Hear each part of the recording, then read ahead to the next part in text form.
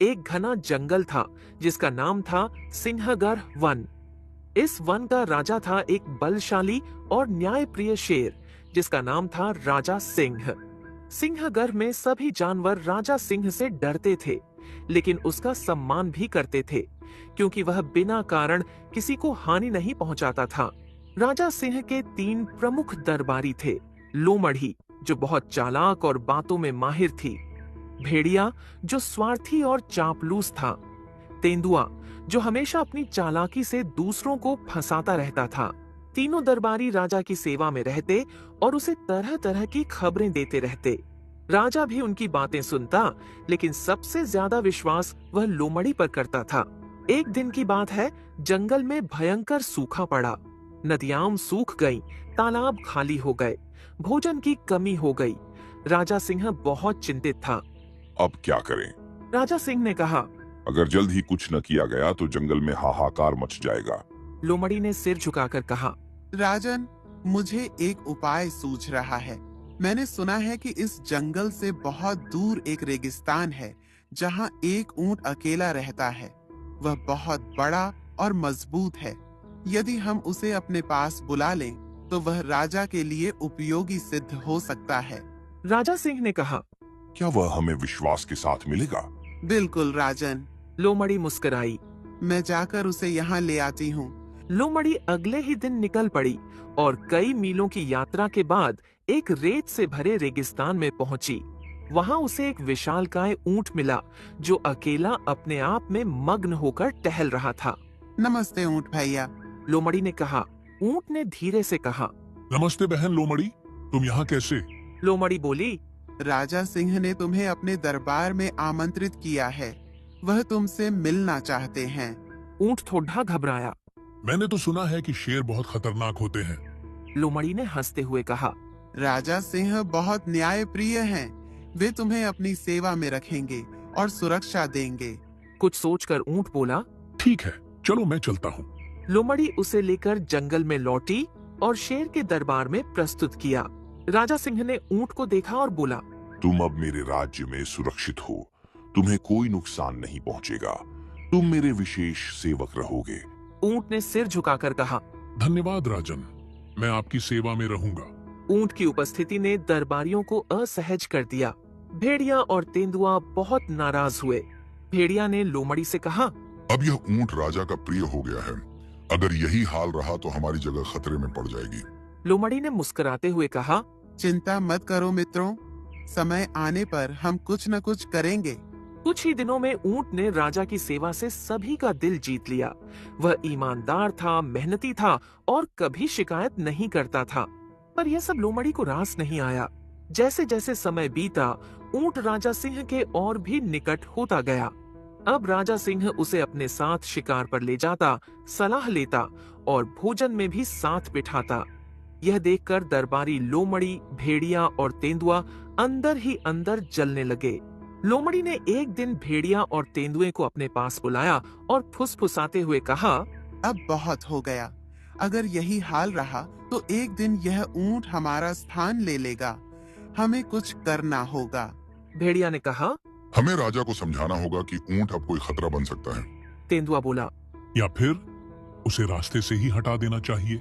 लोमड़ी ने आंखें चमकाते हुए कहा, ठीक यही सोच मेरी भी है, लेकिन सीधे सीधे नहीं, चतुराई से। अगले दिन लोमड़ी ने जानबूझकर राजा सिंह के भोजन में देरी करवाई। फिर उसने आकर कहा, राजन, अब इस सूखे जंगल में खाने को कुछ नहीं बचा है। आपके स्वास्थ्य के लिए मुझे चिंता हो रही है। राजा सिंह ने थकी आवाज में कहा, मैंने कई दिन से कोई शिकार नहीं किया। अब शरीर में शक्ति नहीं रही। लोमड़ी बोली, राजन, यदि आप आज्ञा दें तो मैं अपने मित्रों के साथ कुछ खोज लाऊं। जाओ। राजा ने कहा।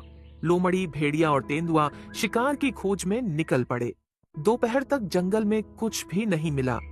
तभी भेड़िया बोला, क्या हो अगर हम ऊंट को ही? लोमड़ी ने बीच में टोकते हुए कहा, ध्यान से बोलो, सीधे नहीं, घुमाकर चलना होगा। तीनों लौटे और राजा के पास पहुंचे। लोमड़ी ने सिर झुकाकर कहा, राजन, भोजन नहीं मिला, लेकिन हम सब ने विचार किया है। यदि आप कहें तो हम में से कोई स्वयं को आपकी बलि चढ़ा सकता है। राजा ने हैरानी से कहा। क्या तुम सब? भेड़िया बोला। हाँ राजन, पहले मैं अपना जीवन अर्पण करता हूँ। राजा कुछ सोचने ही वाला था कि लोमड़ी बीच में बोल पड़ी। नहीं नहीं, भेड़िया बहुत छोटा है, आप संतुष्ट नहीं होंगे। मैं स्वयं को अर्पण करती हूँ। तेंदुआ बोला। नहीं, मैं सबसे ताकतवर हूँ। मेरा शरीर आपका पेट भर देगा।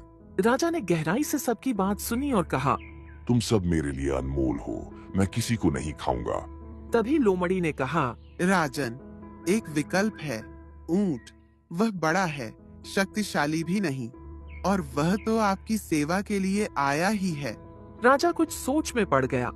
वह ऊंट के साथ बिताए पल याद करने लगा, उसकी सेवा, उसकी नम्रता, उसकी वफादारी। तभी ऊंट वहां आ गया और बोला। राजन, आप चिंतित लगते हैं। राजा सिंह ने सारी बात उसे बता दी। ऊंट ने कुछ पल चुप रहकर कहा। यदि मेरे जीवन से आपको शक्ति मिलती है तो मैं खुशी खुशी बलिदान देता हूँ। राजा चौंक गया। उसने लोमड़ी की ओर देखा, फिर ऊंट की सच्चाई और दरबारियों की चालाकी को समझ लिया। राजा सिंह ने गुर्राते हुए कहा। लोमड़ी, भेड़िया, तेंदुआ, तुम सब ने मेरे विश्वास का गला घोंटा है। इस ऊंट की मासूमता के आगे तुम सबका छल पराजित हो गया। राजा सिंह का क्रोध अब चरम पर था। उसकी आंखों में आग थी। वह जोर से दहाड़ा। लोमड़ी, भेड़िया, तेंदुआ, तुमने मेरे दरबार, मेरे विश्वास और मेरी शपथ को कलंकित किया है।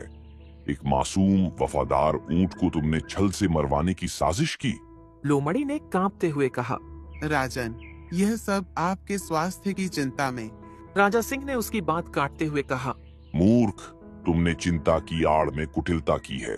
ऊंट तो स्वेच्छा से बलिदान देने को तैयार था, जबकि तुम तीनों उसकी पीठ में छुरा घोंपना चाहते थे। राजा सिंह ने दरबारियों की ओर देखा और कहा। जिसने मेरे सामने छल किया है उसे दंड मिलेगा। लेकिन लोमड़ी अब भी शांत नहीं थी। उसने मन ही मन सोचा, अगर अभी नहीं बची तो फिर कभी नहीं। लोमड़ी बोली। राजन, अगर मुझे एक मौका मिले तो मैं सिद्ध कर सकती हूँ कि ऊंट भी उतना ही स्वार्थी है जितना हम पर आप आरोप लगा रहे हैं। राजा ने कहा। ठीक है, एक मौका तुम्हें मिलता है, पर ध्यान रखना, यह तुम्हारा अंतिम अवसर है। लोमड़ी ने ऊंट के पास जाकर कहा। भैया ऊंट, तुम्हारी महानता की चर्चा अब पूरे जंगल में फैल रही है। ऊंट मुस्कुराया। मैंने कुछ विशेष नहीं किया, मैंने बस अपने राजा की सेवा की। लोमड़ी बोली। अगर तुम राजा के सच्चे सेवक हो तो क्या तुम उनकी परीक्षा में साथ दोगे? कैसी परीक्षा? ऊंट ने पूछा। लोमड़ी बोली। राजा ने मुझे आदेश दिया है कि जंगल में जो भी सबसे शक्तिशाली हो वही राज्य का उत्तराधिकारी होगा। अगर तुम अपने बल से राजा को हरा दो तो शायद वह स्वयं तुम्हें गद्दी सौंप देंगे। ऊंट ने चौंक कर कहा। नहीं, मैं ऐसा कभी नहीं करूंगा। राजा मेरे लिए पूजनीय है। यह सुनकर लोमड़ी वापस राजा के पास गई और बोली।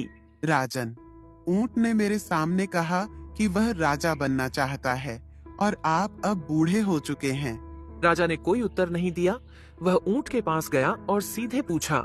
क्या तुम मेरे उत्तराधिकारी बनना चाहते हो? ऊंट ने सिर झुकाकर कहा। राजन, ये कैसा प्रश्न है?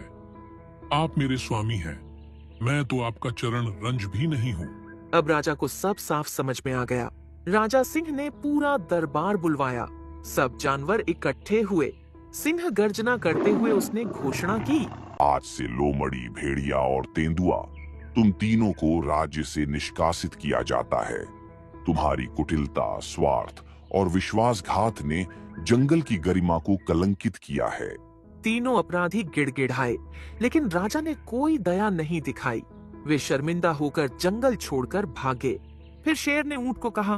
तुम सच्चे मित्र हो, आज से तुम मेरे मंत्री होगे। ऊंट की आंखों में आंसू आ गए। वह बोला। राजन, यह मेरा सौभाग्य है, मैं आपकी सेवा जीवन भर करूंगा।